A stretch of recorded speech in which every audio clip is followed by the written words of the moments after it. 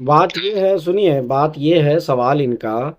और जो हर एक हिंदू है, हिंदू भाई लोग ये समझते हैं कि भाई श्री राम जी ने जो है ना, श्री राम जी जो है ना सबसे आला और अफजल हैं। और उन्होंने ही, उनके दिमाग से उन्होंने ही इस सृष्टि को बनाया है, या उन्होंने ही जो है ना इस सृष्टि को इस तरीके से जो है ना दुनिया बनाई है। और उनका ये कहना है कि अगर उन्होंने बनाई है तो पूरे के पूरे सारे के सारे हिंदू होने चाहिए। देखिए, एक थिंकिंग के लिहाज से जो लोग सोचते हैं, उस सोच के अंदर और कई बातें हैं जिसको वो नहीं समझ पाते। लेकिन कई मुसलमान भी ये सोचते हैं कि भाई हमारे अल्लाह ने ही अल्लाह ने, चलो वो तो अल्लाह कहते हैं, लेकिन ये है कि मोहम्मद साहब जो इस दुनिया में नबी बन के आए और खुदा ने इस सृष्टि को बनाई, तो पूरे के पूरे जो है ना मुसलमान होने चाहिए। और उसी तरीके से कई जो है ना ईसाई भाइयों का भी ये कहना होता है कि भाई यीशु मसीह जो है ना भगवान है और उन्होंने सृष्टि बनाई है, तो पूरे के पूरे ईसाई होने चाहिए थे। और अगर कोई ये बोले कि बुद्ध जी ने जो है ना इस सृष्टि को बनाई है और बुद्ध जी की तालीम जो है ना इस सृष्टि पे चलेगी, तो पूरे के पूरे बौद्ध होने चाहिए। इसी तरीके से यहूदी भी सोचते हैं कि भाई हमारा हमारा ही नबी सबसे अफजल है और हमारे नबी की तालीम ही सबसे अफजल है, और उसी ने जो है ना ये सृष्टि जो है ना उसी के ज़रिए से बनी है, तो पूरे के पूरे जो है ना यहूदी होने चाहिए। ये सवाल उन लोगों का है, समझिए, जो किसी भी धर्म को नहीं मानते, किसी भी धर्म को खास तौर पर। और वो ये कहते हैं कि सभी धर्म वाले कहते हैं कि हम सच्चे हैं, हम सच्चे हैं और हमारी शिक्षा सही है। तो अगर हिंदू मजहब सही है, या श्री राम जी सही है, या कृष्ण जी सही है, या सब कुछ जो है ना उन्हीं की तालीम सही है, तो पूरी दुनिया में हिंदू ही होने चाहिए। अगर मुसलमान कहते हैं कि हमारी ही तालीम सही है और हमें हमारे ही नबी ने या हमारे ही अल्लाह ने पूरी सृष्टि बनाई है, तो उनका उनके लिहाज से, उनके जहन के लिहाज से ये होना चाहिए कि पूरी की पूरी दुनिया जो है ना मुसलमान ही होनी चाहिए। इसी तरीके से ईसाई मजहब के लोगों को बोलते हैं कि अगर आप लोग बोलते हो कि बाइबिल सही है, बाइबिल की तालीम सही है, ईसा मसीह सही है और उन्हीं की तालीम सही है, तो पूरी की पूरी दुनिया को ईसाई होनी चाहिए। क्यों जो है ना सब लोग बटे हुए हैं, उन सबको तो एक होना चाहिए। ये सवाल दरअसल उन लोगों का है जो किसी भी मजहब को नहीं मानते, किसी भी मजहब से उनका कोई वो नहीं है। और हालांकि बुनियादी तौर पर सबका जो है ना ये कहना है कि एक खुदा ने ही पूरी सृष्टि बनाई है, एक ही खुदा पूरी दुनिया को बनाने वाला है।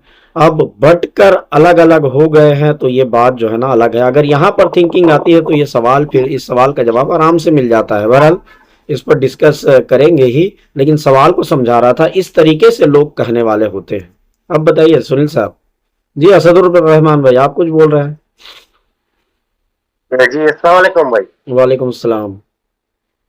आपने जो बात बताया है, मैंने ये बात आज से करीबन 15 साल पहले ही मैंने ये बात सुना था।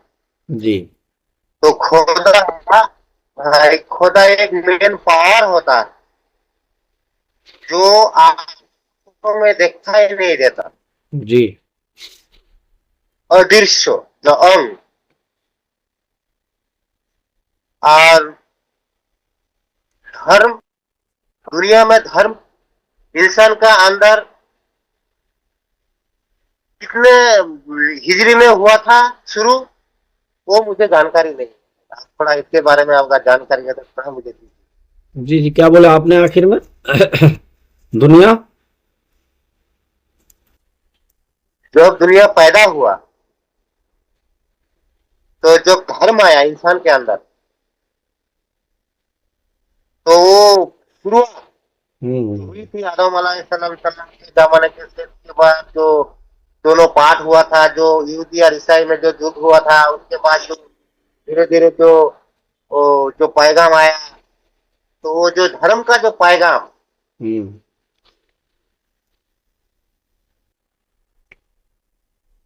जी। हाँ, जी जी जी जी, समझ गया, ठीक है। सुनील सर। हाँ सर। अब डॉक्टर साहब का आप सवाल समझ आया या डॉक्टर साहब आखिर में किनकी बात कर रहे हैं? और देखिए जी देखिए ये बात पहले आ चुका है कि अलग अलग मजहब मतलब अलग अलग कहाँ से हुए, बात ही है उनका सवाल। हम्म हिंदू कहाँ से अलग हुआ, ईसाई कहाँ से हुआ, मुसलमान कहाँ से बनने लगे, वो जो प्रक्रिया से शुरू हुआ, हम्म और बौद्ध धर्म वगैरह तो क्यों से बना, सवाल ये है। जी जी जी होता ऐसा था मेरे ख्याल से, मैं तो अज्ञानी व्यक्ति हूँ, होता ऐसा था आदम के जमाने में कि खुदा साक्षात सामने होकर उनसे चर्चा होती थी जी और दिशा निर्देश दिया जाता था कि ऐसे करो, ये करो, वो करो, ना करो, या तो फिर चमक उनके सामने। जी जी चलिए आप वो निर्देशित किया करते थे। तो वहां से तो चलो जो भी है, मानो अपना धर्म निभाते हुए अपना, चलो कोई हमारा खुदा जी वो जी डॉक्टर साहब यही कहना है आपका? और मैं तो वाली बात नहीं कर रहा हूँ, मैं ये कह रहा हूँ कि सनातन धर्म कहते हैं, तो सनातन धर्म तो मैं तो वही मानता हूँ भाई, सनातन धर्म ऐसा मानता हूँ, मेरी अपनी थिंकिंग सोच है। सुनील साहब, मेरा सवाल है जातिवाद से थोड़ी है। नहीं है बात से मैं थोड़ी मार रहा हूँ, आप जातिवाद से कह रहे हैं करके। भाई हम अलग अलग धर्म क्यों मानते हैं, अलग मुसलमान अलग, ईसाई अलग, और बौद्ध अलग, सब अपनी अपनी जगह ठीक है, तो हिंदू होने का उनके धर्म शास्त्र में क्या नहीं लिखा होगा कि कब से सृष्टि हुई, कब से दुनिया का चलन प्रचलन हुआ करके? मैं सिर्फ एकता की बात कर रहा था। हाँ तो एक ही होना था ना सृष्टि में। सब ज्ञानी है, सारे धर्म में सारे ज्ञानी हैं। मेरे सवाल का थोड़ा सा यही वो था। हाँ, सबको एक होना था। हाँ, वो समझाएं थोड़ा सा, शायद हम सब अच्छे से समझाएंगे। नहीं बताइए, सब लोग अपना अपना बात बताइए, फिर जरूर इस बारे में डिस्कस करेंगे ही, बताएंगे ही, बात करेंगे। और जी जी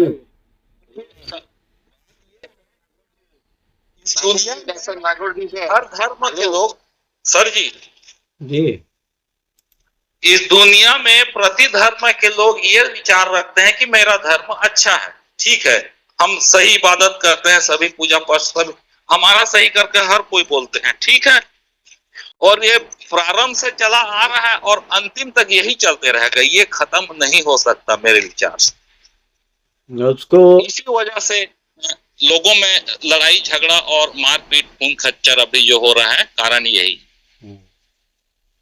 तो मतलब कहाँ है? हेलो जी जी मत नगुर जी, जो ईसाई में ग्रुप होता है Protestant, Catholic, Roman Catholic, Baptist, ईसाई, मुस्लिम, मतलब कहाँ है? ये मतलब तो ये आदमी आदमी तो मारामारी ना करता है।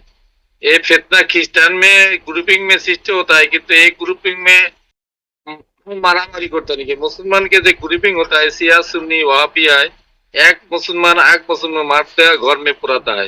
ये मुसलमान के फितना खराब मतलब है, ठीक है। तो क्रिश्चियन के जो ग्रुपिंग है वो क्रिश्चियन में ग्रुप मारामारी ना करता है, माने मारपीट ना करता है। देखिए, हमारे क्रिश्चियन, हमारे नहीं कह रहा हूं, मैं क्रिश्चियन हूं, ठीक है, हमारे तो नहीं कहा सकता, लेकिन मसीहों में क्रिश्चियन केवल दो ही फिक्रा कहना चाहिए, दो ही समुदाय हैं, एक प्रोटेस्टेंट एक कैथोलिक, तीसरा नहीं है उसमें।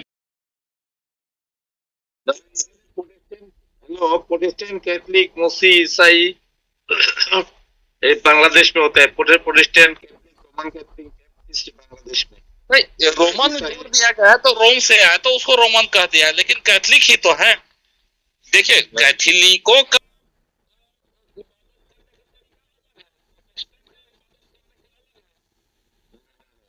वो तो प्रोटेस्टेंट में ऐसा है कि आपको चर्च में चित्र किसी भी का एक फोटो भी नहीं रखना है, चित्र भी नहीं लगाना है, यानी सीधा सीधा आप मूर्ति पूजा में हो, ऐसी वाली बात आ जा रही। और कैथोलिक में वो बलि जो भी जैसा भी है वो पूजा करते हैं और हिंदू रीति रिवाज से उनकी आराधना पूजा करते हैं। सिर्फ इतना ही डिफरेंट है, अंतर है। जी बोलिए सर जी।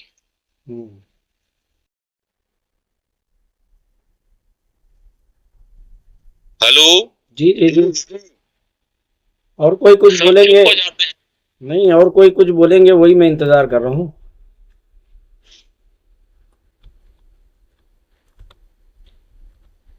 देखिए, खुदा ने शुरुआत से मूर्ति गढ़ कर उसकी आराधना नहीं करना है, और इसका चीज का फॉलो मसीही ईसाई प्रोटेस्टेंट लोग करते आ रहे हैं अभी तक। बस इतना कह सकता हूँ सर जी। सीधा सीधा निर्देश दिया गया है खुदा की तरफ से कि अपने हाथों से मूर्ति गढ़ कर तुम उसकी इबादत न करना। एक बात जो है ना, एक बात बताऊं, ईसाइयत में जो है ना कम से कम 45,000 संप्रदाय हैं। आप जो ना बोल रहे हैं ना, दो हैं, 45,000 के करीब जो है ना संप्रदाय मौजूद हैं, अलग अलग सोच के, जो हर एक संप्रदाय का ये कहना है कि हमारी ईसाइयत सही है। और अगर आप उनके बारे में और डिटेल ढूंढेंगे, और ये मैं सिर्फ ईसाइयत की नहीं बोल रहा हूँ, मुस्लिम में जो कहा जाता है कि 73 फिरके हैं, अगर उसको और तफसील से निकाला जाए तो मुस्लिमों में भी हजारों जो है ना फिरके मौजूद हैं, जो अपने अपने जो फिरके को क्या कहते हैं कि भाई हम जो है ना सही हैं। एक मुस्लिमों में एक चीज़ जो है ना, हम उसका डिस्कस बहुत गहराई से करेंगे। अभी कुछ दिन पहले डॉक्टर साहब आपके सवाल की तरफ ज़रूर आएंगे और उसी की तरफ आ रहे हैं। कुछ दिन पहले असदुर रहमान साहब ने एक जो है ना 72 फिरकों का एक लिस्ट दिया हुआ था। तो असदुर रहमान साहब, अगर आप गहराई से ढूंढेंगे पूरे दुनिया में इस्लाम के कितने फिरके बन चुके हैं, तो बुनियादी तौर पर भी अगर आप देखेंगे तो 1000 से ज़्यादा फिरके मौजूद हैं। और देखिए, हम क्या कहते हैं कि हदीस जो बातें बयान करती है, अगर उसकी तस्दीक कुरान मजीद करे तो हमें उस चीज़ को मानना ज़रूरी है और मानना चाहिए। अगर हदीस में, वो भी सही हदीस में, उस चीज़ का जिक्र नहीं है, कुछ ऐसी हदीसों में है जिसका हम तफसीली जब जिक्र करेंगे तो ज़रूर इसको हम 4-5 दिन इसके बारे में बात करेंगे कि यहूदियत में तो 72 फिरके थे, लेकिन इस्लाम में 73 फिरके होंगे का जो जिक्र हदीस में है, उसकी तस्दीक कुरान मजीद नहीं करती। कुरान मजीद तो साफ तौर पर यह हुक्म देते हैं कि वला तफर्रकू, और तुम फिरका वाराना बातों पे मत बट जाओ, यानी फिरका तुम्हारे अंदर कायम ना रह जाए। और जितने भी इस्लाम में फिरके हुए हैं उस हदीस की बिना पर होते हैं, और वही हदीस जो है ना सभी पेश करते हैं कि एक फिरका जो है ना जन्नती होगा, बाकी सारे के सारे जो है ना जहन्नमी होंगे। तो वो कहते हैं कि हमारा फिरका सही है। लेकिन अगर फिरकों के बारे में बात किया जाए और फिरकों की लिस्ट निकाली जाए तो हज़ारों फिरके हैं, और कुरान मजीद बुनियादी तौर पर मना करता है मुसलमानों की कि तुम फिरका वाराना चीज़ों में मत बटो। इसके बारे में एक कुरानी आयत नहीं बल्कि कई कुरानी ऐसी आयतें हैं जो फिरका में बटने को मना करता है और फिरका वाराना चीज़ों से मना करता है। उसके बारे में हम आगे आएंगे। और उसी तरीके से सुनील सर, 45,000 के करीब ईसाइयत में फिरके हैं, संप्रदाय हैं अलग अलग, और हर संप्रदाय का ये दावा है कि हम सही ईसाई हैं और हम जो है ना उसके बारे में जो है ना सही ईसाइयत पेश करते हैं। कैथोलिक चर्च जो है, रोमन कैथोलिक, दुनिया का सबसे बड़ा संप्रदाय है। इसमें जो है ना तकरीबन मतलब कि 1 अरब 1.5 अरब के करीब करीब लोग हैं, यानी कि कैथोलिक चर्च में। और सभी ईसाइयों का 50% से अधिक लोग तो है सिर्फ कैथोलिक ईसाई हैं। और इसी तरीके से ईस्टर्न ऑर्थोडॉक्स हैं जो 12% हैं, और प्रोटेस्टेंट हैं जो 37% हैं। लेकिन इसमें बैप्टिस्ट, मेथोडिस्ट, लूथरन, पेंटेकोस्टल आदि जैसे हजारों उप संप्रदाय शामिल हैं। और अमेरिका में ही देख लो तो कम से कम 200 से, एक मिनट आवाज सबकी आ रही है, इसको मैं थोड़ा सा म्यूट कर दूं। जिसको बोलना होगा बराहे करम अपना हैंड रेस करेंगे, जिसको जो है ना कुछ बात करना होगा जरूर हैंड रेस करेंगे। तो कहने का मतलब ये है कि हम अगर ये दावा, कुछ भी दावा करें, उसके बारे में हमें अच्छी तरह से सोच समझ लेना चाहिए और अच्छी तरीके से उसकी जानकारी कर लेना चाहिए। देखिए, सच्चाई कभी जो है ना छुप तो नहीं सकती किसी भी हाल में, और झूठ जो है ना भी छुप नहीं सकता किसी भी हाल में। दोनों चीजें जो है ना जरूर जाहिर हो जाती हैं। तो हमें आज के ज़माने में जब भी कोई बातें करें, जब भी कोई दावा करें, जब भी कोई हम जो है ना पॉइंट्स रखें, तो कोशिश करें कि हम उसके बारे में पूरी तरह तफसीर कर लें, तो पूरी तरह उसके बारे में तहकीक कर लें, फिर वो बात हम बोलें, तो उस बात का असर जो है ना बहुत अच्छा होगा। तो और ये भी बात नहीं है कि सिर्फ एक ही धर्म में इतने फिरके हों। जैसे इस्लाम में भी बहुत सारे फिरके हैं या संप्रदाय हैं, उसी तरीके से यहूदियत में भी हैं, बौद्धिज्म में भी हैं, हिंदुइज्म में भी हैं। हर मजहब में संप्रदाय मौजूद हैं। और देखिए, हर संप्रदाय का ये दावा होता है कि मेरा जो संप्रदाय है वो सही जो है ना धर्म पे चल रहा है, चाहे जिस किसी का धर्म का। जैसे मुसलमानों में जो संप्रदाय हैं, फिरके हैं, वो ये कहते हैं कि मेरा जो फिरका है वही जो है ना कुरान और हदीस के ऊपर चल रहा है, बाकी सारे फिरके जो है ना गलत हैं। इसी तरह हिंदुइज्म में भी देख लीजिए कि जो भी जाति हैं, जो भी जाति प्रथा है, वो सभी लोग अपना अपना जो तरीके को सही समझते हैं और वो कहते हैं कि ये तरीका जो है ना हम जो है ना सही जो है ना चल रहे हैं। इसी तरीके से ईसाइयत हैं, जो भी मजहब हैं, सभी के फिरके जो है ना इसी बारे में जो है ना दावा करते हैं। तो हमें यह दावा कभी नहीं करना चाहिए किसी बात पर कि यही है, बल्कि उसके बारे में तहकीक कर लेनी चाहिए। अब जहाँ तक हमारे जो डॉक्टर साहब का सवाल है, डॉक्टर साहब का जो सवाल है वो दरअसल बुनियादी तौर पर इसलिए हम मान सकते हैं,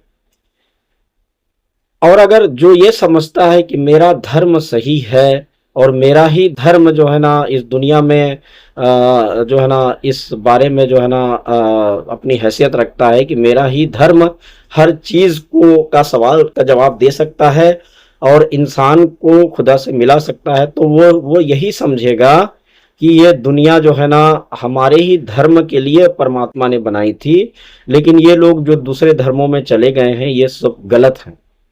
और यही से जो है ना ये सवाल पैदा होता है कि अगर आपका धर्म सही है तो पूरी दुनिया में आप ही का धर्म क्यों नहीं है, यही सवाल है इनका। और इसका जवाब वो जिस फिरके से या जिस धर्म से ताल्लुक़ रखने वाले हैं, अगर वो धर्म वाले अपने धर्म की गहराई को समझें तो वो ये ज़रूर समझेंगे कि दुनिया में दरअसल धर्म जो था अच्छाई और बुराई ही धर्म था पहले ही।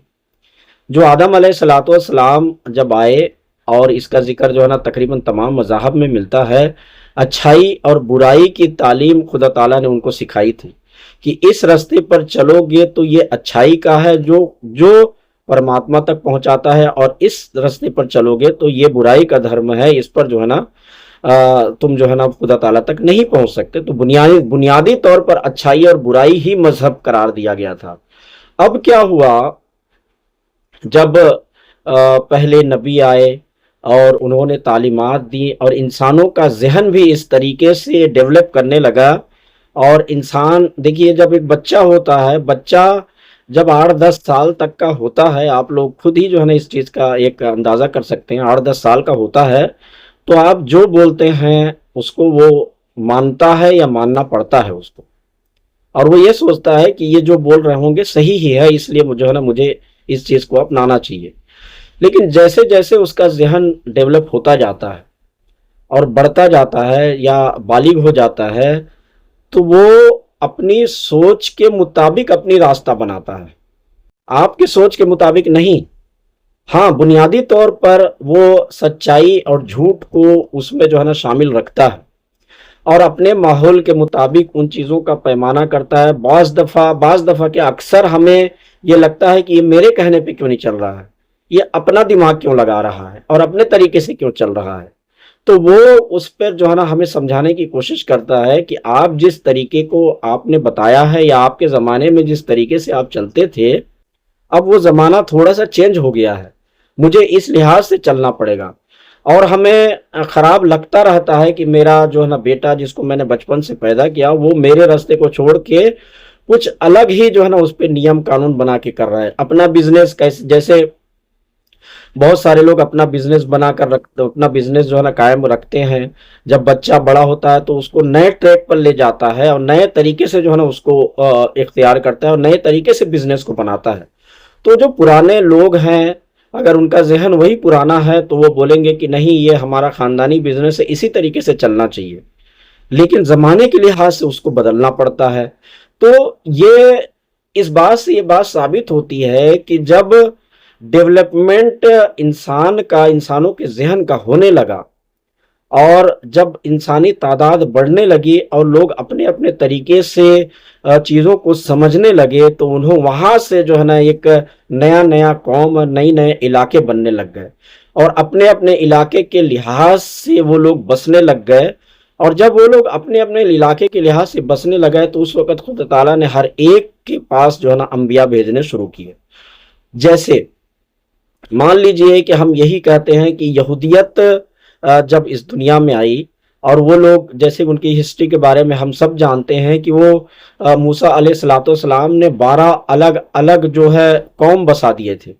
उनके अलग अलग काम थे, उनके अलग अलग इलाके थे और उनको अलग अलग संभालने वाले उनके लीडर थे।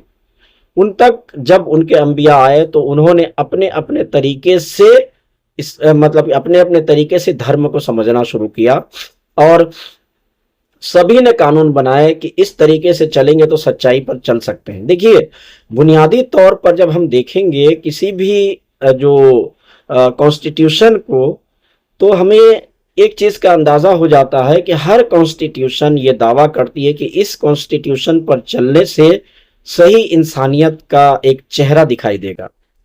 और दुनिया में जो 210 से ज़ायद ममालिक हैं, सभी के कॉन्स्टिट्यूशन का ये दावा है कि इस कॉन्स्टिट्यूशन पर अगर आप चलोगे तो सही इंसानियत या सही तरीके से डेवलपमेंट होगा इंसानियत का। तो एक लिहाज से हम ये समझ सकते हैं कि जितने भी ममालिक के कॉन्स्टिट्यूशन हैं, वो सब अपने अपना एक धर्म है, अपना अपना एक मज़हब है।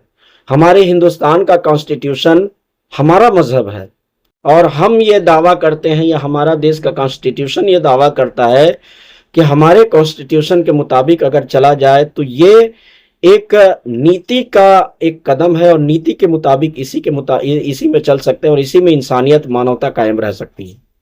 उसी तरीके से भले ही हमारा जो है ना दुश्मन मुल्क है पाकिस्तान, उनका कॉन्स्टिट्यूशन उनके लिए सही है, वो लोग इस चीज़ का दावा करते हैं कि हमारा कॉन्स्टिट्यूशन हमारे लिए सही है।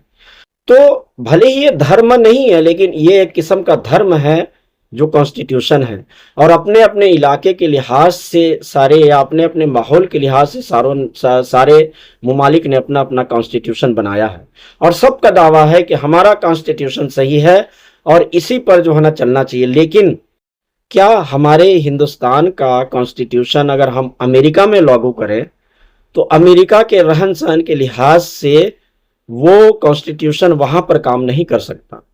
हमारे हिंदुस्तान के रहन सहन, हमारे हिंदुस्तान में जितने भी मज़हब हैं, जितने भी जातियां हैं, इन सब में हमारा कॉन्स्टिट्यूशन बेस्ट तौर पर काम करेगा। अगर हम अमेरिका का कॉन्स्टिट्यूशन हमारे हिंदुस्तान में लागू करें तो वो हो नहीं सकता, क्योंकि यहाँ का माहौल अलग है और यहाँ के लोग अलग तरीके से रहते हैं, यहाँ का जो संस्कार अलग है, यहाँ के चलने फिरने का तरीका अलग है, तो यहाँ पर अलग तरीके से होगा। तो कहने का मतलब यह है कि बुनियादी तौर पर हर कॉन्स्टिट्यूशन को बनाने वाले का ये दावा है कि हमारा कॉन्स्टिट्यूशन ही सही है, लेकिन पूरी दुनिया के माहौल के लिए वो कॉन्स्टिट्यूशन जो है ना काम नहीं आ सकता। लेकिन बुनियादी तौर पर सभी में एक चीज बराबर है, क्या? सच्चाई और झूठ, गलत और सही, अच्छाई और बुराई, ये सारे कॉन्स्टिट्यूशन में बराबर हैं और यही दरअसल असल मजहब है। और इसी मजहब को, जो मैं बार बार आप लोगों को एक बात का जिक्र करता हूं, और इस चीज को जितना जल्दी समझेंगे तो बुनियादी तौर पर सारी चीजों को समझ सकते हैं।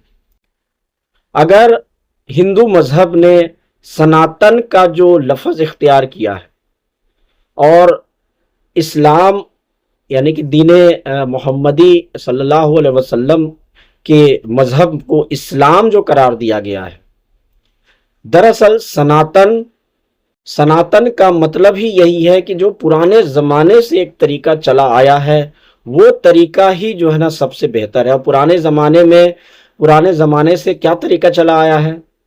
अच्छाई और बुराई, सच और झूठ, यही जो है ना सनातन का जो है ना एक प्रक्रिया है।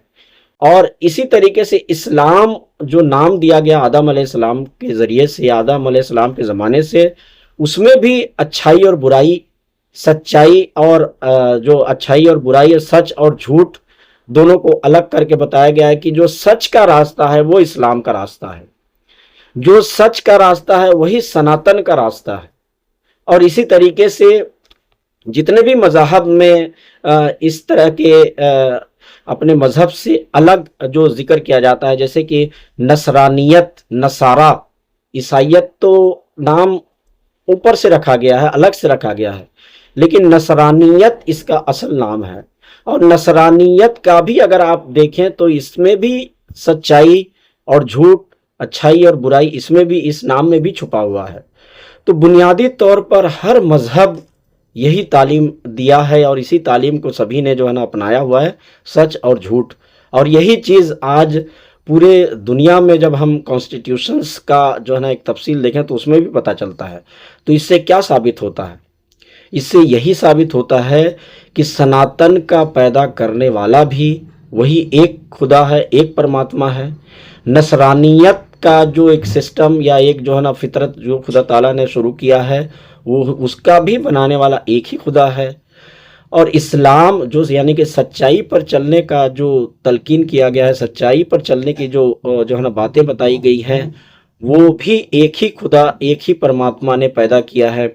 इसी तरीके से अगर हम यहूदियत में भी वो लफ्ज़ देखें तो मिल जाएगा, इसी तरीके से बौद्ध इज़्म में, इसी तरीके से ईसाइयत में, ईसाइयत का तो बता ही दिया गया है, इसी तरह के सिख इज़्म में जितने भी मज़ाहब हैं उनके एक ऐसे नाम ख़ास हैं जिनको अगर हम इख्तियार करें तो सारे के सारे उसी खुदा में मिल जाते हैं। इस पॉइंट को जो समझेगा वो कभी ये नहीं कहेगा कि मेरा जो मज़हब ही सही है, बल्कि ये कहेगा कि हमारा मज़हब उस सनातन या उस इस्लाम या उस नसरानियत के रास्ते पर चलने के लिए हम जो है ना उस तरीके पर चल रहे हैं। लेकिन सब की बुनियादी जो तालीम है सच्चाई और झूठ से ही ताल्लुक़ रखती है, अच्छाई और बुराई को ही बताती है। और जो दो रास्ते हैं, एक अच्छाई का रास्ता, एक बुराई का रास्ता, हर मज़हब बताता है, जिस तरीके से हर कॉन्स्टिट्यूशन ये रास्ता बताता है।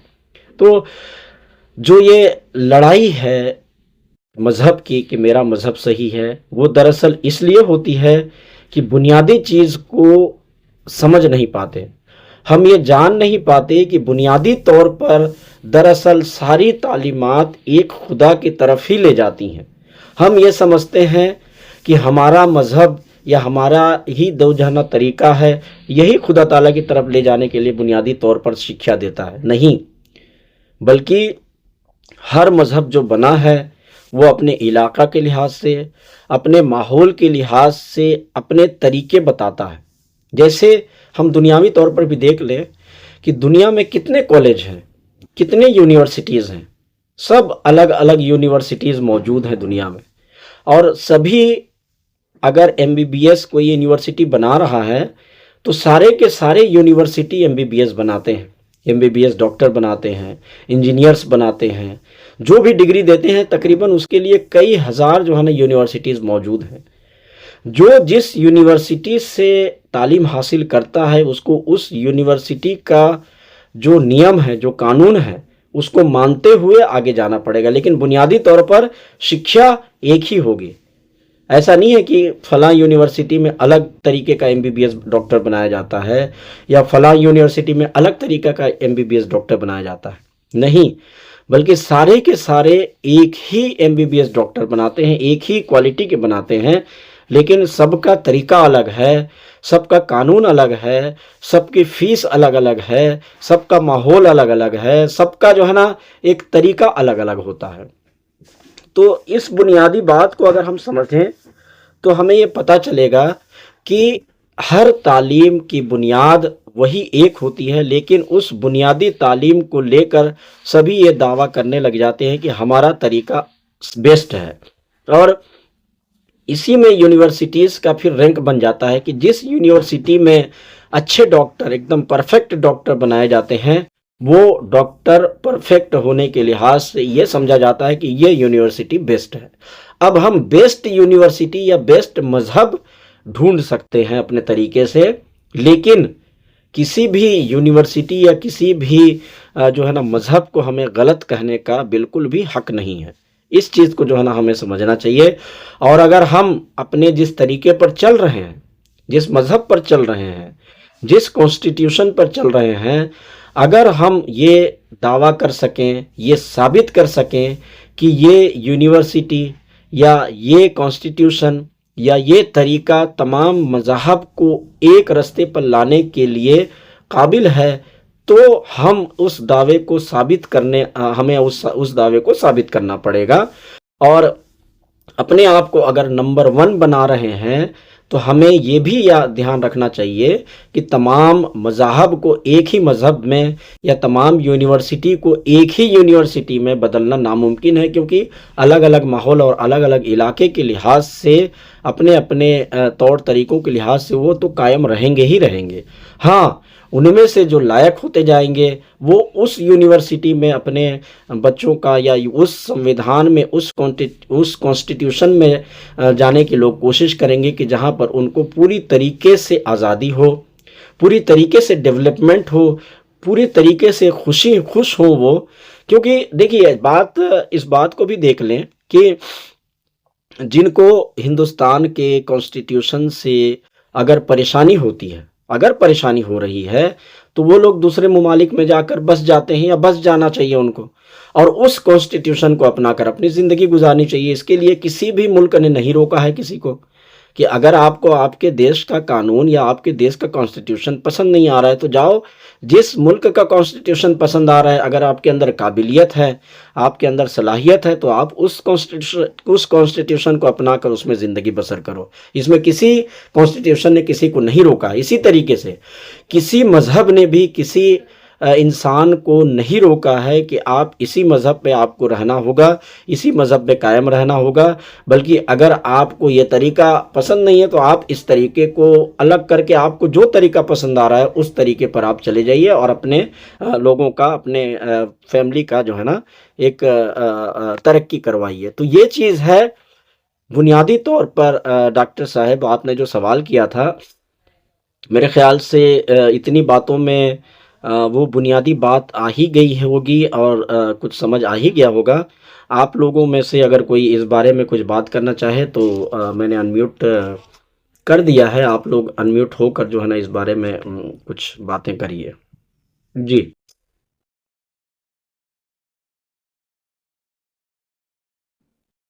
अनम्यूट हो गए हैं? जी जी मौलवी साहब हो। जी, आप ही बताइए जो बातें कहेंगे उसके बारे में। बातें समझ आई आपको? जो बात डबल बदल तो ऑन पर पूरी नहीं है। ठीक है। और किसको बात थोड़ी बहुत समझ आई हो तो बराए मेहरबानी कुछ बताने की जो है ना कोशिश करें अपने तरफ से भी। बहुत ज्यादा नागद साहब संतुष्ट नहीं हुए क्या? उनको ये बात समझ थोड़ी सी कम आई है, उनको समझाइए। और आपको आवाज डबल क्यों आ रही है? सब संतुष्टि की बात नहीं है, जो मुल्तान में समझाया है वो एक तरीके की बात है। अब तमाम यूनिवर्सिटियां एक तालीम देती है डॉक्टर की, एमबीबीएस की। अब बहुत अच्छी मिसाल दी मुल्क साहब ने। अब अगर हम किसी भी यूनिवर्सिटी से तालीम हासिल करते हैं तो हमने बनना एमबीबीएस ही है। लेकिन हम अगर यूनिवर्सिटी कोई और में पढ़ते हैं और किसी दूसरी यूनिवर्सिटी की हम बुराई नहीं कर सकते, भाई वो अच्छी तालीम नहीं दे रही, हालांकि वो भी एमबीबीएस डॉक्टर की डिग्री दे रही है, वहां पर भी एमबीबीएस बनाए जा रहे हैं और हम भी एमबीबीएस बन। तो मतलब ये है कि हम इस्लाम में हो, क्रिश्चियनिटी में हो, किसी भी धर्म, सनातन धर्म में हो, सिख ईसाई किसी कुछ भी हो, लेकिन हमें उस धर्म के हिसाब से चलना है। और दूसरे तमाम जितने भी मजहब हैं उनकी बुराई नहीं कर सकते आप, उनकी अच्छाई उनके अंदर आप पाओगे। उनकी बुराई कुछ किसी इंसान में नजर आती है तो वो मजहब की बुराई नहीं होगी, वो इंसानियत की बुराई है, वो उसकी अपनी बुराई है। ये मसला समझाना चाहते हैं वो साहब। ये बात उन्होंने संविधान के अनुसार बताई। भाई संविधान पूरी दुनिया के अलग अलग है वहां के माहौल के हिसाब से। हमारे हिंदुस्तान का माशाल्लाह बहुत अच्छा संविधान है। 1% अगर किसी को समझ में नहीं आता या किसी के हिसाब का नहीं है, वो अपनी क्वालिटी को लेकर अपने हिसाब से लेकर किसी भी मुल्क में दुनिया के जा सकता है, वहां पे रह सकता है जो जहां पर उसको संविधान जहां का अच्छा लगता है। तो ये तमाम की तमाम चीजें इसलिए समझाई जा रही है ताकि हम पहले इंसान बने और उस इंसानियत के नाते हम सारी बातें समझें। भाई कौन सा मजहब क्या तालीम देता है ये नहीं देखना, हमें देखना ये है कि हर मजहब इंसानियत की ही तालीम देता है और हमें कोई से भी मजहब के अंदर रहकर किसी जी जी, बोलिए बोलिए आप। कोई शायद वही यही बात है भाई, किसी भी मजहब के अंदर अगर आप रहते हैं उसको उसके हिसाब से आपको चलना है। और तमाम मजहब का आपने अपने अंदर एक सम्मान रखना है। भाई वो मजहब भी अच्छा है, उसने भी इंसान, सबसे पहले कोई भी मजहब हो उसने इंसान बनाने की कोशिश की। भाई तुम्हारे अंदर अल्लाह के रसूल सल्लल्लाहु अलैहि वसल्लम की हदीस है, भाई जब तक तुम मोमिन नहीं बन सकते जब तक कि तुम्हारा पड़ोसी भूखा हो और आप घर पे खा रहे हो। अब पड़ोसी का मतलब क्या है? पड़ोसी का मतलब मुसलमान भी बोल सकते हैं तो भाई तुम्हारा मुसलमान भाई नहीं, पड़ोसी कोई भी हो सकता है। पड़ोसी का हमारे घर के पास में गैर मुस्लिम भी रहते हैं, तमाम मजहब के लोग रहते हैं। और आप विदेश में जाओगे तो वहां पे हर आपको कम्युनिटी नजर आएगी। तो पड़ोसी का मतलब इंसान है। तो आप पहले अपने जो पड़ोसी हैं, इंसान हैं, उनका भी आपने ख्याल रखना। ये नहीं कहा भाई आपने नमाज पढ़ने चले जाओ उनको छोड़ दो, ये नहीं कहा आपने रोजा रखो भाई उनको छोड़ दो। आप जब तक मुकम्मल मुसलमान नहीं हो सकते जब तक कि आप अपने पड़ोस का भी ख्याल ना रखें। अगर आपके पास इतनी वसात है कि आप उनको खिला सकते हो, कुछ भी दे सकते हो तो उनको दो।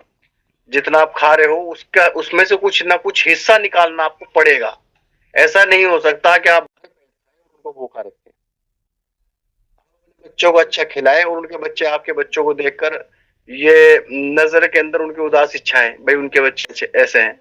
तो अपने बच्चों को खिला रहे हो तो अगर आपके अंदर वसात है उनको खिलाने की तो उनको भी दे सकते हो, नहीं तो छुपा कर अपने घर में लाने का हुक्म दिया गया है।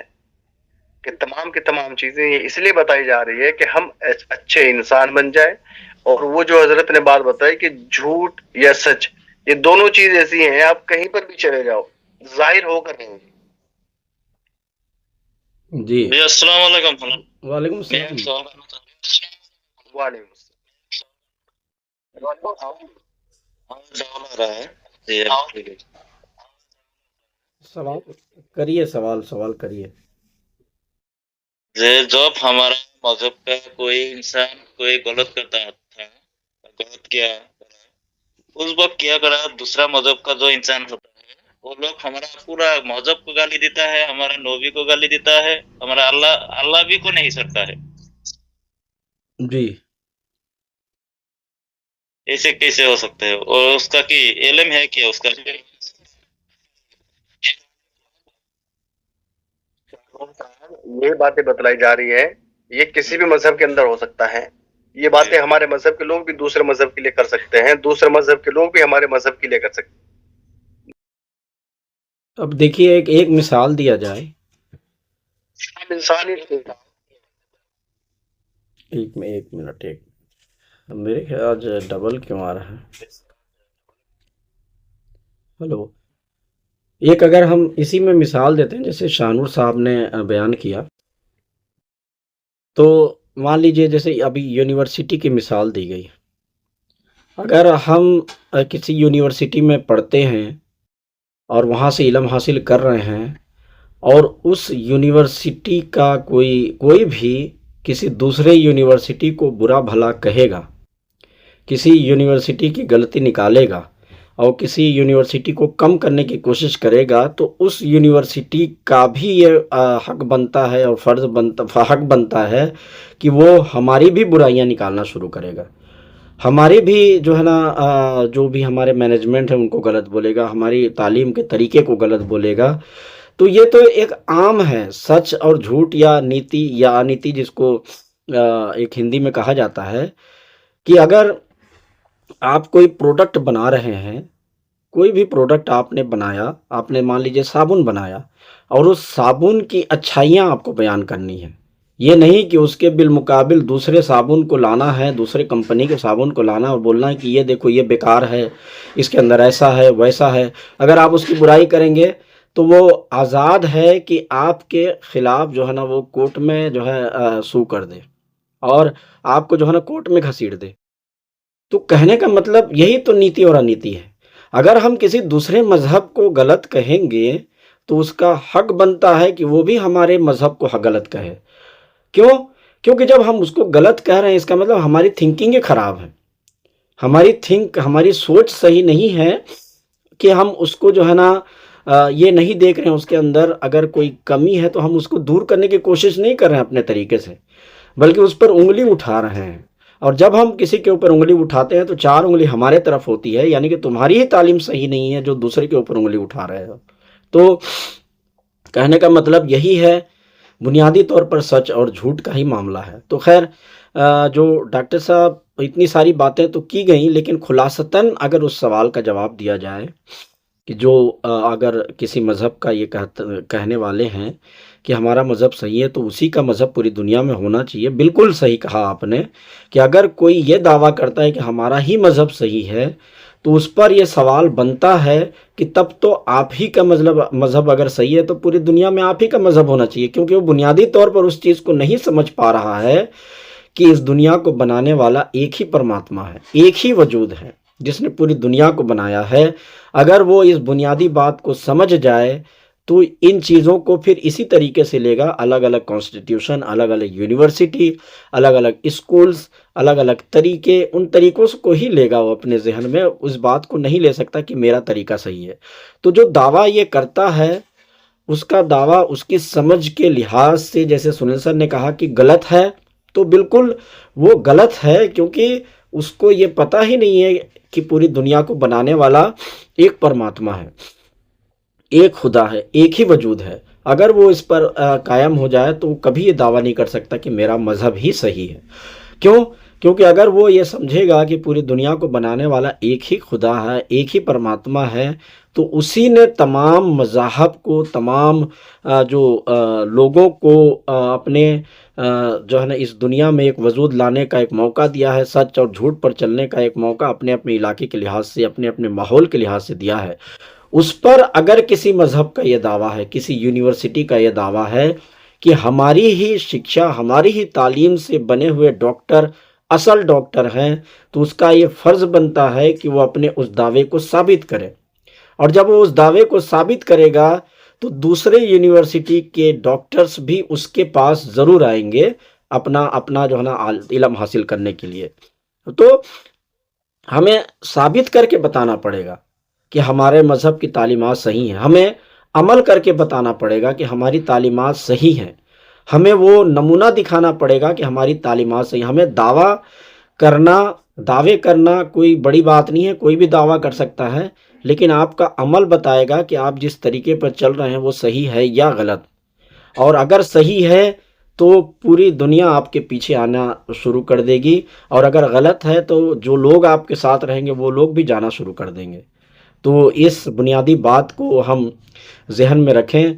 और डॉक्टर साहब, आपने जो सवाल किया उस सवाल का पूरा जवाब, मुकम्मल जवाब इसमें आ ही गया है, लेकिन फिर भी अगर आपके ज़हन में कोई इसमें बातें रह गई हों तो इन चीज़ों को समझने की कोशिश करें। ये चीज़ें समझ में आ जाएंगे तो अपने आप आपका सवाल जो है ना अलग हो जाएगा, छुप जाएगा और ख़त्म हो जाएगा। जो ये सवाल करता है उसको आप इस तरीके से बताइए, बुनियादी तौर पर चीज़ों को समझाइए, तभी वो समझ पाएगा। और जो एक बात अभी इस मीटिंग में बात करते करते सनातन, इस्लाम, नसरानियत का जो एक जो तरीका या लफ्ज़ जो बताया है, इस पर हम किसी दिन और तफसील से बात करेंगे, क्योंकि इन चीज़ों को बात करने के बाद अगर सनातन की सही प्रक्रिया, सही बात समझ आ जाए तो मैं ये कहूँगा कि जो जिसको हम उर्दू में, अरबी में मुसलमान कहते हैं, उसको हम हिंदी में सनातनी कहने लग जाएंगे, और उसको हिब्रू में नसरानी कहने लग जाएंगे, यानी कि उस तरीके पर चलने वाले लोगों को। तो ये इस बारे में हम डिफिनेशन के साथ बात करेंगे। ये कोई लफ्ज़ किसी की बपौती नहीं है, ये लफ्ज़ इंसानियत की बपौती है। इंसानियत पे जो चलेगा, सच्चाई पर चलेगा, और जिसके अंदर पूरी तरह सच्चाई रहेगी, तो हिंदी में उसको हम सनातनी कहेंगे, और उर्दू अरबी में हम उसको मुस्लिम कहेंगे, और हिब्रू ज़ुबान में या दीगर जो और ज़ुबान है उनमें हम उसको ही नसरानी कहेंगे। इस बात को अगर समझ लिए तो फिर पूरी दुनिया जो है ना एक नज़र आने लग जाएगी। तो खैर, मैं अभी इतनी बात पर तो अपनी बात का जो है ना वो कर रहा हूँ, लेकिन इस पर अगर कोई और डिस्कशंस हों, कोई और बातें हों तो करिए, क्योंकि अगर वो नसरानियत वगैरह की बात अगर अभी छेड़ दी और वो सनातनी वगैरह की बात छेड़ दी तो फिर हमें लेट हो जाएगा, और 7-8 मिनट में बातें नहीं बन पाएंगे। जी, आपने जो मैं जो सवाल किया था वो तो सही है, आपका जो जवाब दिया वही हालत हमारे यहाँ पे जो प्राइवेट स्कूल होता है हमारा यहाँ पे, प्राइवेट स्कूल दूसरा प्राइवेट स्कूल को क्या गलत है वो सोचता है, लेकिन कुछ के अंदर में क्या गलत है वो नहीं सोचता है। इसके लिए वो एक प्राइवेट स्कूल और प्राइवेट स्कूल का गलत निकलाता है। लेकिन मेरे कहना यही है, मेरा सवाल का जवाब मिला, लेकिन यही मेरा लगता है, मैं से एग्जाम्पल मैं कुछ गलत किया, मुझे गाली बदले देने के बदले पूरा कौम को गाली देता है हमारा। बिल्कुल बिल्कुल, और पूरे अल्लाह को भी नहीं, अल्लाह को जो जब गाली देता है ऐसे तो वो तो उसको परमात्मा को भी क्या गाली दे देता है। अल्लाह और उसका तो परमात्मा एक ही होता है। उसकी सोच गलत है ना, चलता है उसकी सोच गलत है, इस वजह से वो ऐसा करते हैं। मौल साहब ने बोला था ना अभी कि उसकी थिंकिंग सही नहीं होती बंदे की, वो कोई भी हो उसकी थिंकिंग सही नहीं होगी, वो कुछ भी ऐसे उल्टे सीधे ही काम करेगा, वो वही कर रहा है कि हाँ। आप नहीं तो हम गलत करोगे, आपसे मैं गाली दूंगा, वो नहीं होगा, आप पूरा कौम को गाली दूंगा, ऐसे करो। जी वही बात है, मौल साहब ने भी बोला तो है कि उसकी थिंकिंग सही नहीं है। एग्जाम्पल और डिटेल जो बताया वो तो सही है। जी हाँ, जी हाँ, इसको बुनियादी तौर पर समझ आ जाएगा तो सारे सवालात की देखो, बुनियाद अगर सही हो गई ना तो आप लोग खुद ब खुद सारे सवालात के जवाब बहुत अच्छे तरीके से दे सकते हैं। बुनियादी बात, अगर बुनियादी बात ही समझ ना आए तो फिर इंसान जो है ना सवालात और जवाबात में भटकता फिरता है। इसलिए बुनियाद को समझा जाए। हम जो ये कहते हैं कि अलग अलग नाम, परमात्मा, कोई अल्लाह, कोई गॉड, कोई खुदा, तो कहने का मतलब है कि अगर कोई अपने भगवान को पा लेता है, कोई अपने परमात्मा को पा लेता है अपने सही अमल के ज़रिए से, तो गोया कि वो खुदा को भी पा लेता है, गॉड को भी पा लेता है, सभी को पा लेता है। और अगर कोई अपने भगवान को, अपने परमात्मा को जिसको नहीं मिल पा रहा है तो वो किसी से नहीं मिल पा रहा है। तो ये भी बातें बहुत जो है ना बुनियादी हैं। इन बुनियादी बातों को बार बार अपने ज़हन में सोचते रहना चाहिए, समझते रहना चाहिए, ताकि हम बहुत बेसिकली बात अगर हम समझ जाएंगे तो फिर सारी बातें, जैसे कि एक बाइक या कोई मशीन है, अगर उसको बनाना है या बनाने वाले हैं जो मैकेनिक हैं वो जानते हैं कि बुनियादी रूट को अगर वो समझ जाते हैं कि यहाँ से ऐसा होता है, यहाँ से ऐसा होता है, ये बुनियादी रूट है, अगर उस बुनियादी रूट को समझ जाएं तो उस गाड़ी में कुछ भी खराबी हो, उस मशीन में कुछ भी खराबी हो, वो आराम से उस चीज़ का पता लगा सकते हैं। तो इसी तरीके से हमें अगर मज़हब या नीति या अनीति या झूठ या सच्चाई या सच्चा रास्ता या गलत रास्ता, जैसे कि कुरान मजीद ने एक बात बुनियादी तौर पर बता दी है कि हमने इंसान को पैदा किया है और उसको दो रास्ते दिखा दिए हैं, हदैनाहुल नजदैन, यानी कि जब इंसान को पैदा किया तो दो ही रास्ते बता दिए हैं, एक अच्छाई का रास्ता, एक बुराई का रास्ता। अब अच्छाई और बुराई का रास्ता बताकर उसने ज़बरदस्ती नहीं करी कि एक इंसान सच्चाई पर ही चलेगा, बल्कि आज़ाद छोड़ दिया कि अब भाई अब तुम आज़ाद हो, दुनिया में पैदा हो गए हो, अब तुम चाहो तो अच्छाई के रास्ते पर चलो, तो तुम्हें ये जो है ना नतीजा उस अच्छाई के नतीजे में मिलेगा। लेकिन अगर तुम झूठ के रास्ते पर चलोगे, अनीति के रास्ते पर चलोगे, तो उसका नतीजा ये होगा। ये पूरा फिक्स कर दिया है खुदा ताला ने। उसी को कहते हैं कि किस्मत में लिखा हुआ है। तो किस्मत में यही लिखा हुआ है कि अगर आप सच्चाई के रास्ते पर इस तरीके से चलेंगे तो उसका नतीजा आपको ये अच्छाई के नतीजे में मिलना है, और अगर आपने बुराई के रास्ते पर चला तो वो भी किस्मत में लिखा है कि बुराई के रास्ते पर चलने वाले को ये चीज़ें मिलनी है। तो यही है नीति और अनीति, यही है झूठ और सच, यही है और अच्छाई और बुराई का रास्ता, यानी कि हदैनाहुन नजदैन। इंसान को हमने दो रास्ते बता दिए हैं, जिस रास्ते पर वो चलेगा उसके मुताबिक उसको अजर मिलेगा। अगर हम बुराई के रास्ते पर चल रहे हैं, बुराई का रास्ते कहने का मतलब ज़ाहिरी तौर पर कोई इंसान अच्छा भी है, अच्छे रास्ते पर चलने का दावा भी कर रहा है, लेकिन हम उसके अंदर की चीज़ों को अगर हम गौर करें, अगर उसके अंदर अच्छाई के है, अच्छाई के रास्ते पर चल रहा है, और अगर उसको अच्छाइयाँ नहीं मिल पा रही हैं, उसका नतीजा अगर उसको खुशी नहीं मिल पा रही है उसके दिल में, तो हमें उनके उसमें कुछ कमी है, उस चीज़ को जो है ना देखना चाहिए कि अब वो तो दावा तो कर रहा है मैं सच्चाई पर चल रहा हूँ, लेकिन उसमें कुछ ना कुछ खामी है जिसकी वजह से उसका नतीजा जो है ना बुराई का मिल रहा है। ये बुनियादी बात है। और दुनिया में जितने भी तौर तरीके चले आ रहे हैं, अब देखिए जैसे कि शानुर साहब ने बोला, अगर किसी मज़हब को कोई बुरा बोल रहा है तो ये कौन सा रास्ता है, अच्छाई का रास्ता या बुराई का रास्ता? बिल्कुल बुराई का रास्ता है, और उसके नतीजे में उसको बुराई ही मिलेगी। यानी कि खुदा ताला ने ये लिख दिया है कि अगर तुमने किसी मज़हब को गाली दी, किसी मज़हब के मानने वाले को गाली दी, किसी मज़हब के मानने वाले को अपने से कमतर समझा, तो उसका नतीजा ये होगा कि वो भी आपको गलत कहेगा, आपको कम समझेगा, आपको ये होगा, आपको वो होगा। तो ये किस्मत में लिखा हुआ है, कहने का मतलब ये अमल में लिखा हुआ है, ऐसा अमल करेंगे तो यही मिलेगा। इसीलिए बार बार एक चीज़ आम मिसाल दी जाती है, जिसको अगर बहुत गहराई से समझा जाए तो यहीं पर आ जाता है कि अगर आप गेहूँ बोओगे तो धान तो निकलेगा नहीं, अगर आप बबूल के बीज बोओगे तो वहाँ से आम निकलेगा नहीं। तो कहने का मतलब यही है कि जो रास्ता आप अपनाओगे उसी के मुताबिक आपको अजर मिलना है। तो खुदा ताला ने बुनियादी तौर पर अच्छाई और बुराई का रास्ता बता दिया है, उसी के मुताबिक हमें चलना है। तो वहाँ पर बुनियादी तौर पर जो है ना कुछ किस्मत में जो लिखा हुआ है कह देते हैं, बाज़ लोग, हम ही लोग कह देते हैं कि अरे मेरे साथ ऐसा ऐसा हुआ है, तो चलो ये तो मेरी किस्मत में लिखा था। तो किस्मत में तो ज़रूर लिखा था, वो सबकी किस्मत में, अगर ये काम करोगे तो ये नतीजा निकलेगा, सबकी किस्मत में लिखा हुआ है। इसका मतलब ये है कि आपने अमल वो किया जिसकी वजह से जो है ना वो नतीजा निकला। ये भी बहुत बुनियादी बात है और छोटी बात है, बहुत छोटी बात है। कुरान मजीद ने बहुत खुलकर इसके बारे में बता दिया है, लेकिन फिर भी अक्सर लोग किस्मत के ऊपर ही जो है ना बैठे रहते हैं कि हमारी किस्मत में होगा तो हमें ये चीज़ मिलना है, हमारी किस्मत में नहीं होगा तो ये नहीं मिलेगा।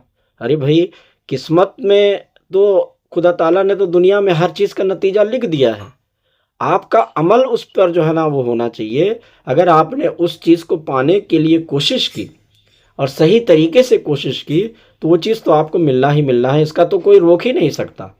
इसीलिए श्री कृष्ण जी ने जो गीता में कहा है कि कर्म करते जाओ और फल की इच्छा मत करो, तो उससे मतलब ही यही है कि जो कर्म आप करोगे उसका फल तो लिखा ही हुआ है, वो फल तो मिलना ही मिलना है।